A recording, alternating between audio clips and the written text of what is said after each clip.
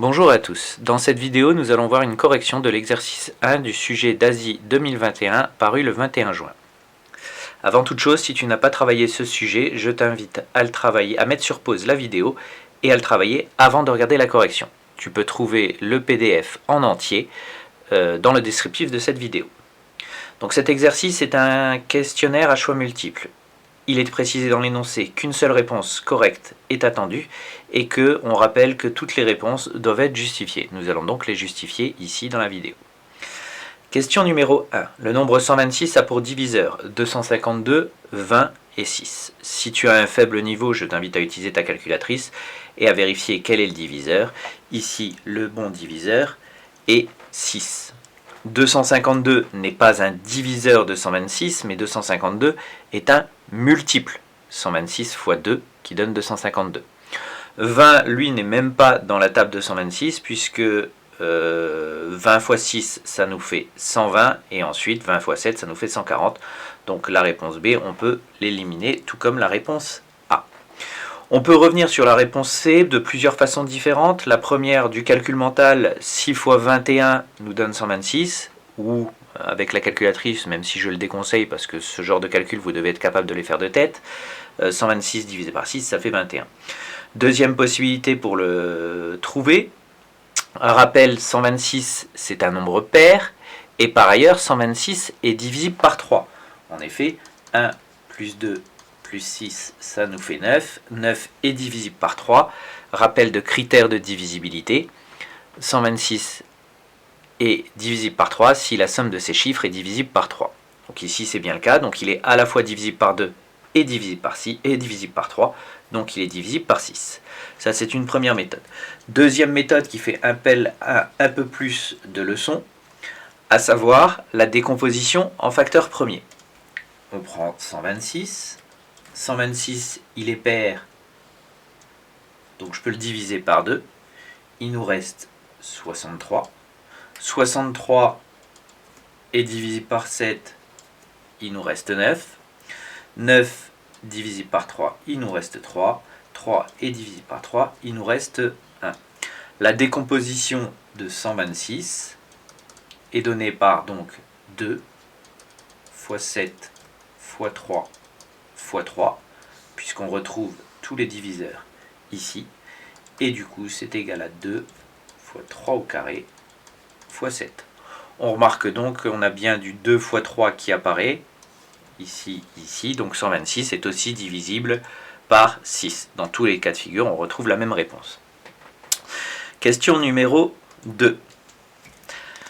On considère la fonction f définie par f de x égale x au carré moins 2. On nous demande ici de plusieurs formulations différentes. Première, l'image de 2 par f est moins 2. f de moins 2 égale à 0 et f de 0 égale à moins 2.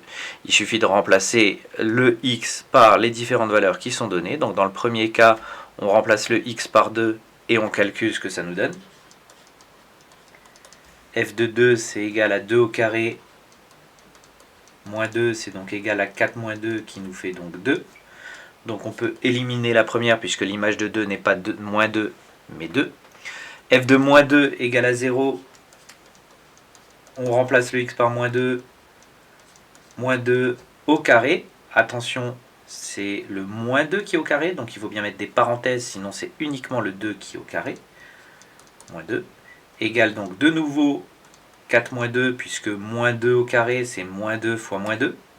Et moins 2 fois moins 2, ça fait 4. Et 4 moins 2, ça nous fait de nouveau 2. La deuxième réponse, on peut l'éliminer. Réponse numéro C, f de 0 égale à moins 2. On remplace le x par 0 et on regarde ce que ça nous donne. 0 au carré moins 2, ce qui nous fait donc moins 2. La bonne réponse pour la question numéro 2 est la réponse C. Question numéro 3. Question de tableur.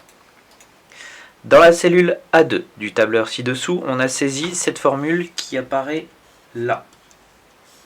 Et cette formule est saisie dans cette case-là.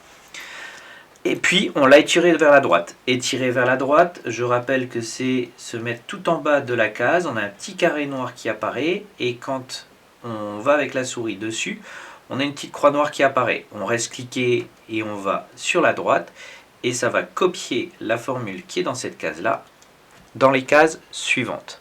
Ce qui veut dire que donc dans la case B2 va faire le même calcul que dans la case A2, mais au lieu d'utiliser les cases A1, l'ordinateur va utiliser la case B1. C'est-à-dire que le calcul qu'on va faire ici, ça va être moins 5 fois B1 plus 2 fois B1 moins 14. Donc on remplace le B, la case B1 par moins 3.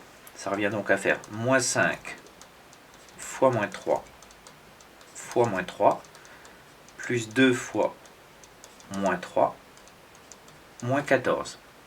Ceci calcule, ça nous fait donc du moins 45, moins 6, moins 14, et moins 46, moins 45, moins 6, moins 14, ça nous fait donc moins 65. La bonne réponse est la réponse A.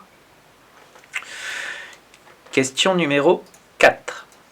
Les solutions de l'équation x carré égale 16 sont, notion de cours, x carré égale 16, on a deux possibilités, soit x égale à racine de 16, soit x égale moins racine de 16. Racine carrée de 16, ça fait 4, donc x égale 4, ou x égale moins 4. L'équation a deux solutions qui sont moins 4 et 4. Question numéro 5. 2 fois 2 exposant 400. Définition d'une puissance. 2 exposant 400. C'est 2 fois 2 fois 2 fois ainsi de suite. Je ne vais pas tous les faire. Fois 2. Et le 2 apparaît 400 fois. Il y a 400 fois le 2. Et devant ce 2 exposant 400, 2 puissance 400, on a une multiplication par 2. C'est-à-dire qu'on rajoute une multiplication. Et donc finalement, on peut dire que le 2 fois 2, il apparaît en tout 401 fois. C'est donc égal à 2 puissance 401. Pour être un petit peu plus rigoureux, 2 exposant 401. Enfin, dernière question. La largeur et la hauteur d'une télévision suivent le ratio 16/9. Sachant que la hauteur de cette télévision est de 54 cm, combien mesure cette largeur? Si tu ne vois pas ce que c'est qu'un ratio, je t'invite à regarder la vidéo sur les ratios qui explique ce que c'est.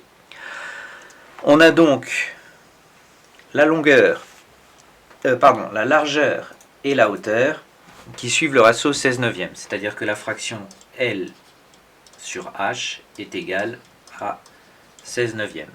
On sait par ailleurs que, et c'est donné dans l'énoncé, la hauteur vaut 54 cm. On cherche donc quelle largeur pour que les deux fractions soient égales. Et ça nous donne plusieurs solutions. 9 fois 6 ici, 9 fois 6, 54. 16 fois 6, ça nous fait 96. La largeur de la télévision est de 96 cm, ce qui termine la correction de l'exercice 1.